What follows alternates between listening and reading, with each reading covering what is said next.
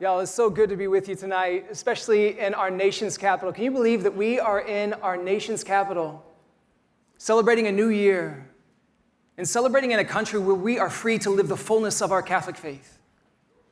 That's what we're here to do. But it got me thinking, I wanted to prepare well for you all. I wanted to prepare well for this talk, to be able to deliver, and I had to go back and study a little bit of the history of our country. Like way back from the beginning. What was the motivation? What is it that got us here? What is it that won the space for us to live our faith in which we do today? I'm talking going all the way back to the Revolutionary War, George Washington. And you know how I did this? In the best way that I knew how. I watched a clip of Nate Bargatze on Saturday Night Live. Is that good? Have you seen it? This clip of Nate Bargatze, and he plays George Washington, and he's given a motivational speech to all of the soldiers when they're about ready to go into battle. And he tells them, if we're going to win this war, we have to remember why we fight and what we are fighting for. And so he tells them, he reminds them, he says, we're going into a new nation. We want our own nation that lives in freedom. We want a nation that has our own laws and our own leaders. And of course, a nation that has our own scales of measurement, of weights, of temperature, and to free the English language from the British. No longer will we use millimeters and centimeters and meters. We will use inches and feet and yards. That's right, because we're American. He says, but we will use meters sometimes, but only in unpopular sports like track and swimming. But for the popular sports like football, we will use yards. And the game of football is a game that we will invent when we are a free country. It's a game that won't be played like English football with your feet, it will be played with your hands. And we will have no kicking. Well, there'll be some kicking to score a few points. How many? Sometimes 1 and sometimes 3.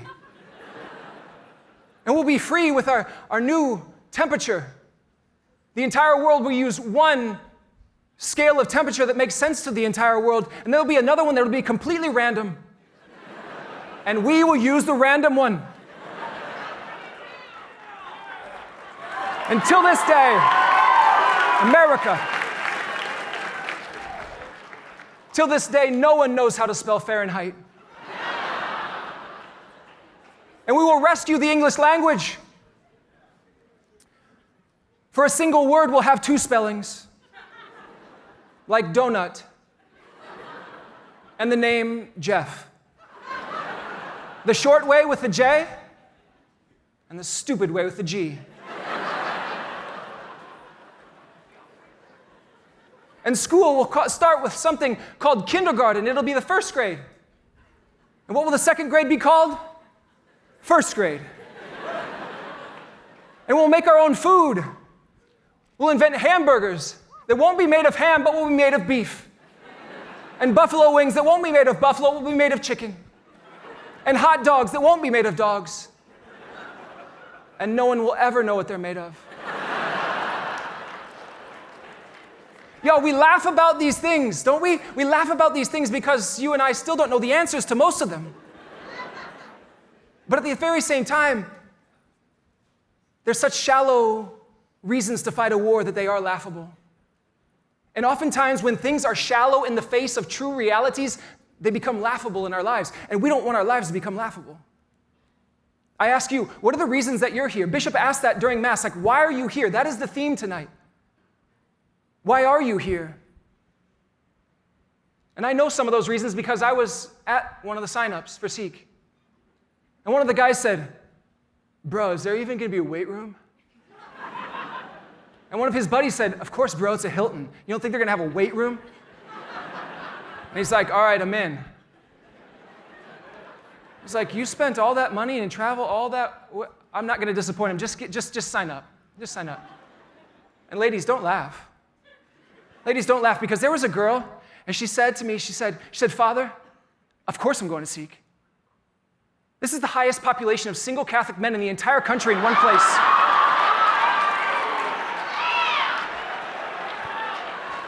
You know it's true. And immediately after that, her friend chimed in. And she said, Father, the guys on our campus don't have as much riz as guys on other campuses. And before I even had the opportunity to ask about what riz is, the other girl chimed back in and she said, yes, there was a guy that came to hit on me this past week, and he had Skibbity Ohio riz. And low key,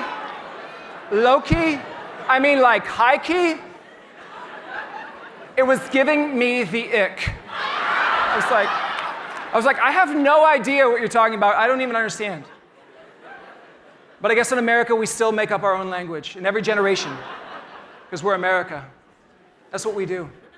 I asked that question, why are you here? One of my priest buddies actually told me, he says, you know why a lot of these students come to Seek? They want a place to cry. So many people come to Seek and they want a place to cry. They want to feel something. And so many people at Seek end up crying. Well, I have to let you know that Seek has designated a time for crying, and it's tomorrow night. It's during adoration and confessions, and when Sister Miriam is talking, that's when you will cry. I actually spoke to her today, and she told me if they could wait till after I'm done and wait for adoration, that would be best. So if you see anyone crying tonight, you can just say, hold those tears. You'll get another chance at it tomorrow. Why are you here? It's laughable because it's shallow. It's laughable because it's shallow. It never ceases to amaze me when someone comes back into the confessional. I'll be on campus on a Thursday afternoon, 4:30 in the afternoon, and someone will come into the confessional and say, bless me, Father, for I have sinned. It's been 10 years since my first confession, my first communion, since I went to confession. At that moment, I'll just say, welcome back. And they'll start confessing their sins, and I'll barely listen to their sins because at that moment, I'm doing what Jesus said, and I'm joining in communion with those who are in heaven who are rejoicing over that soul who has come back from their sin. And by the end of that, I only say to them one thing. I only ask them one question. I usually just say, why are you here today? What brought you here today? Not because I want to discourage them, but because I want them to see that something supernatural is happening. It wasn't because you were just sitting in class and after 10 years you thought, today would be a good day. No, the Holy Spirit moved you if you are to walk into those doors. And usually by the end of that, when I ask that question, the answer to that question is something like this. They usually say, I'm just tired. I'm just tired of the way that I've been living, and I want something more. It's almost as if they see this as a door is opening. There's a door to my life. I know that there's meaning behind this next door, and maybe that door is the confessional. And if I walk through that door, maybe my life will have more meaning. You know, in Catholic philosophical circles especially, we talk a lot about Tolkien and his Lord of the Rings.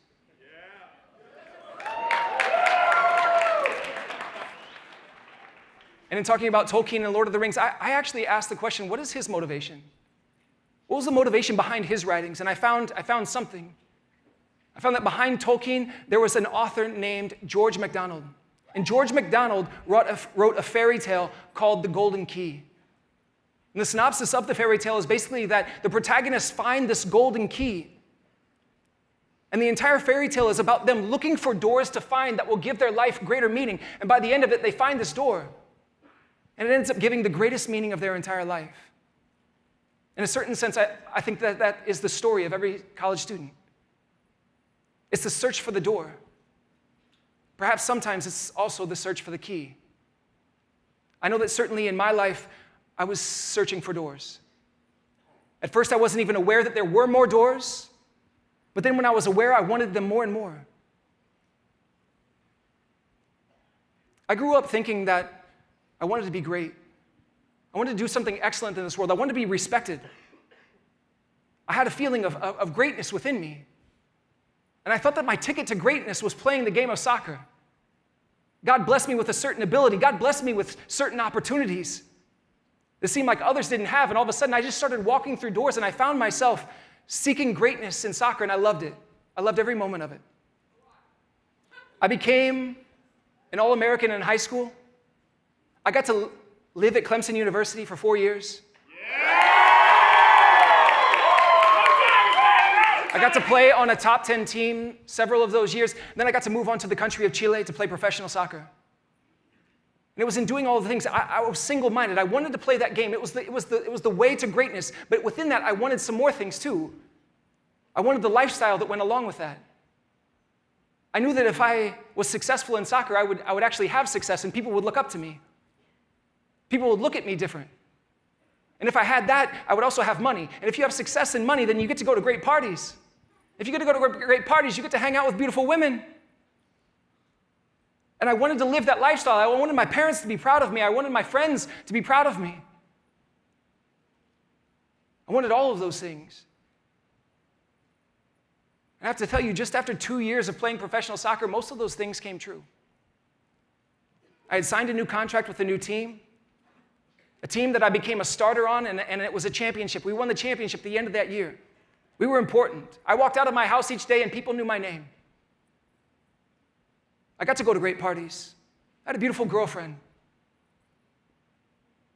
I made a little bit more money than the other people in the culture. I got to do some things that I thought were important, successful.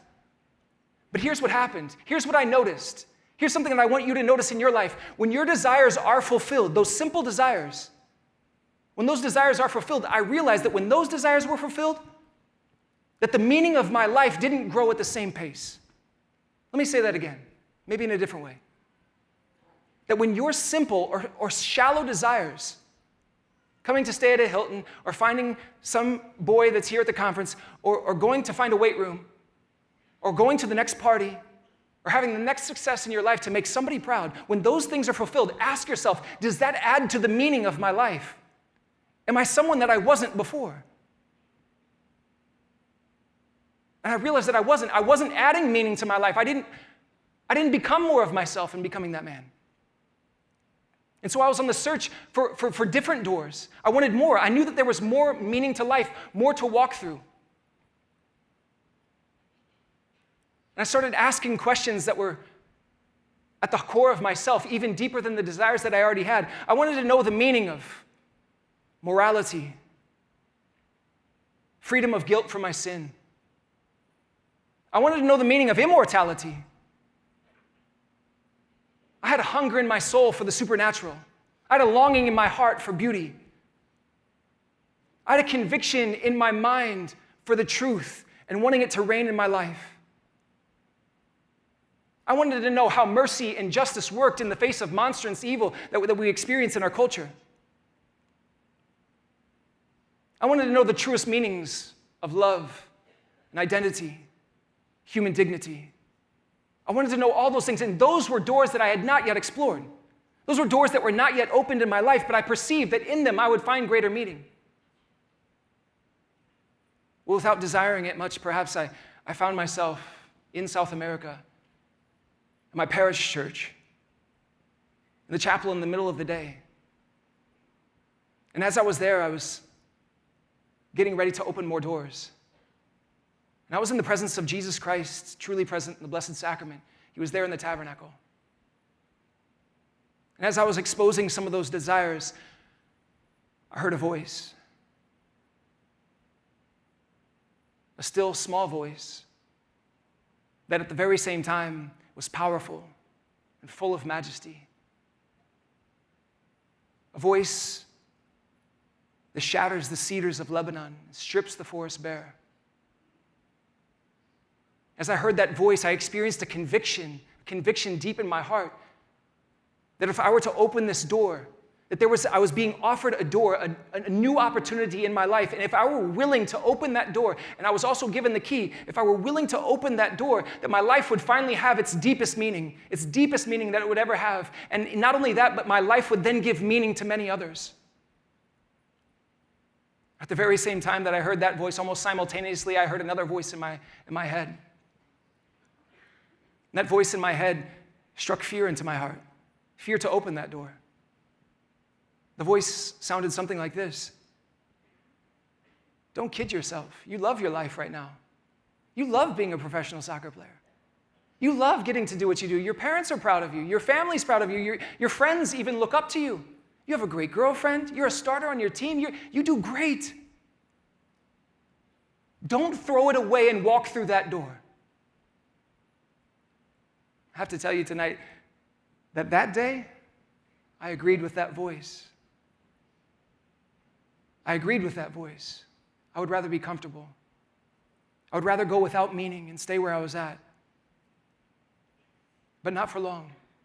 Because I was given the key that night, because I was given the key to understand further, to unlock other doors, I started to see things about reality. I started to look into success. What does success actually mean? I actually realized that my desire for success wasn't just for success on the field or in this world. My desire for success was deeper. It was a longing for holiness and heaven, success eternally. I realized that my desire for money wasn't just a desire for money. That was shallow. My desire was deeper than for money. My desire for money was actually a desire to be provided for and to provide for someone else. To be affirmed that my life was meaningful and I could show for it. To have security in this life, I wanted to make sure that I was secure. My desire for romantic love wasn't just a desire for romantic love.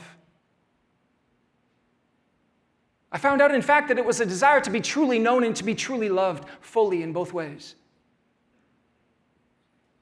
I found out that my desire for parties wasn't just a desire for parties or alcohol. It was a desire for adventure. It was a desire for greater courage.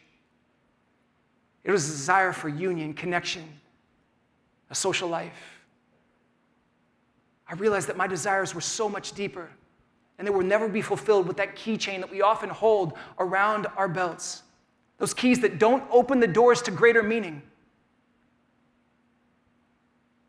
If on your keychain, you only have the keys to success, money, sex, and alcohol, they will not open the doors of the greater meaning of your life.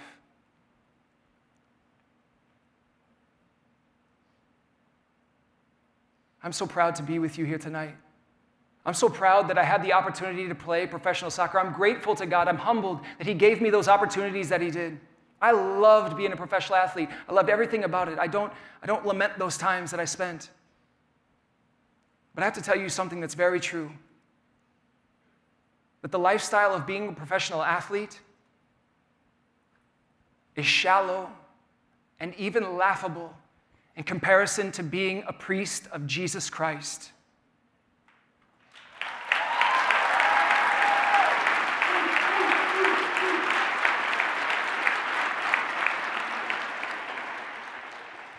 If I could talk to the guys just for a moment. Men, my brothers, there's a stereotype about us that we're not always very aware. I think it's just a stereotype. But if it is true, some of us don't even realize that there's other doors around us to be opened. We must start becoming attentive to those doors. Maturity is not just going down to the dining hall or going to mass or going to class without bedhead, right? But it is the first step to getting a meaningful girlfriend, okay? Maturity is looking for the doors to be opened and walking through them. We need more priests. We need more married men who have walked through those doors, who know what their lives are about and know who they are. Men who reawaken the desire that it was in you from a boy to be great, to be heroic, to give your life away. That's only going to happen if you open the doors of your life.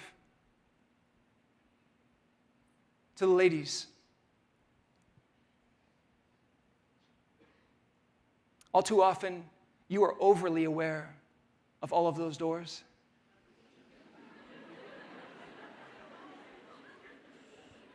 You have studied those doors.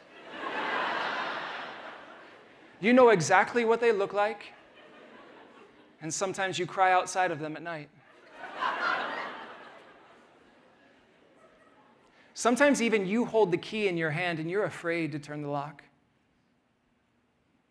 Because that same voice that I heard is the voice that you heard. What's on the other side of those doors is not the devil. The devil is on your back and he's whispering into your ears, don't open that door. What's on the other side of those doors is freedom. What's on the other side of those doors is who you truly are, and you should never be afraid of who you truly are. Friends, it is time for us to identify the doors of our life that have not yet been opened. That is why you are here tonight. That is why you are here this week, to open the doors that have not yet been opened in your life. What are the questions of your heart? What are the questions that will give greater meaning to your life? And where are those doors? Identify them. I have come here tonight, just as a simple voice, to point out the doors of your life. But there is one who is coming after me, whose message is greater than mine. I ask that you hold out your hands and get ready, because he's bringing the golden key.